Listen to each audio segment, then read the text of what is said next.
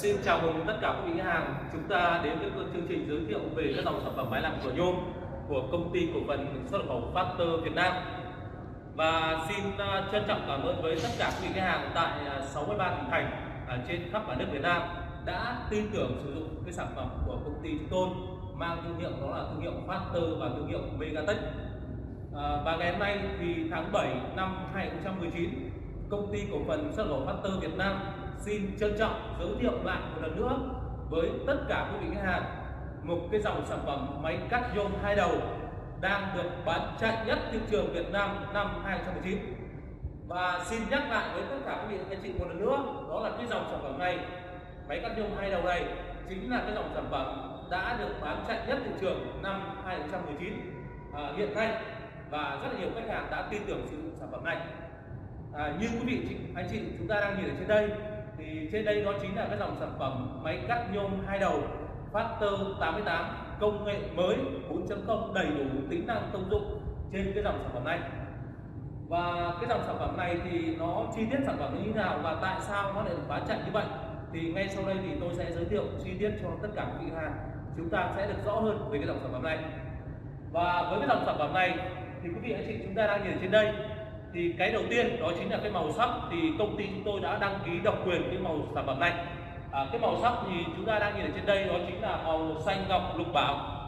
Chúng ta đang nhìn ở trên đây màu sắc thì nó rất là thẩm mỹ, rất là bắt mắt và mát mắt, nó phù hợp với tất cả quý vị anh chị chúng ta, những ai chúng ta có thể đó là chúng ta duy tâm về cái màu sắc, thì với cái sản phẩm này nó sẽ phù hợp với tất cả những mệnh của quý vị anh chị khách hàng, nên là chúng ta tin tưởng với cái sản phẩm này.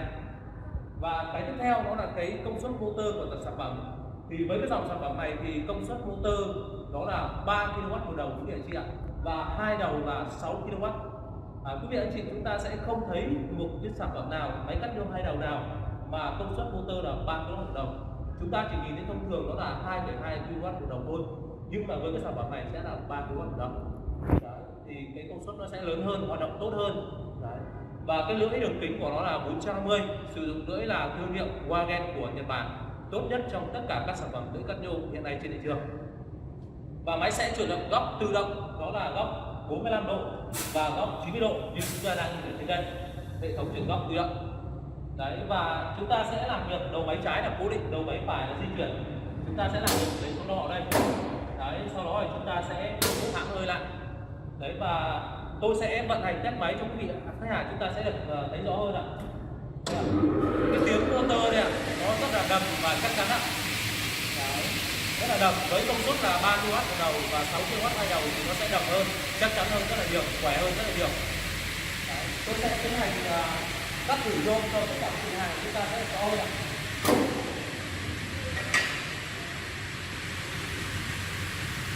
Với cái sản phẩm này thì nó có thể cắt được tất cả các hệ nhôm hiện nay trên thị trường, như là các hệ nhôm của Việt Pháp, PMA, JMA, hay là các hệ nhôm Sinpha rất là dày như này, Sinpha chính hãng ạ, hoặc là các hệ nhôm thành vách dựng rất là to như này thì nó có thể cắt được hết quý vị anh chị ạ.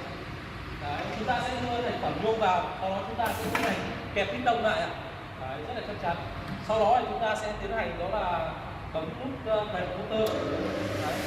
Trên đây thì tôi sẽ tiến hành cắt thử một đầu cho quý vị anh chị ạ. Sau đó chúng ta sẽ tiến hành cắt ạ. Và khi cắt thì DC sẽ tự động sẽ dừng xuống ạ.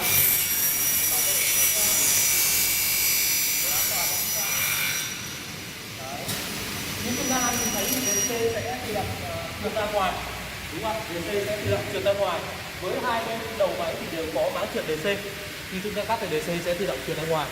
Và đây đó chính là cái thành phẩm cắt nhôm Sinpha chính hãng, dày 2 ly quý vị anh chị ạ. Vết cắt rất là đẹp và rất là mịn. Chúng tôi sẽ cam kết bảo hành cho quý vị anh chị về vấn đề cắt bị ba bia hay nổ nhôm hay móc nhôm, nên là quý vị chúng ta yên tâm về cái sản phẩm.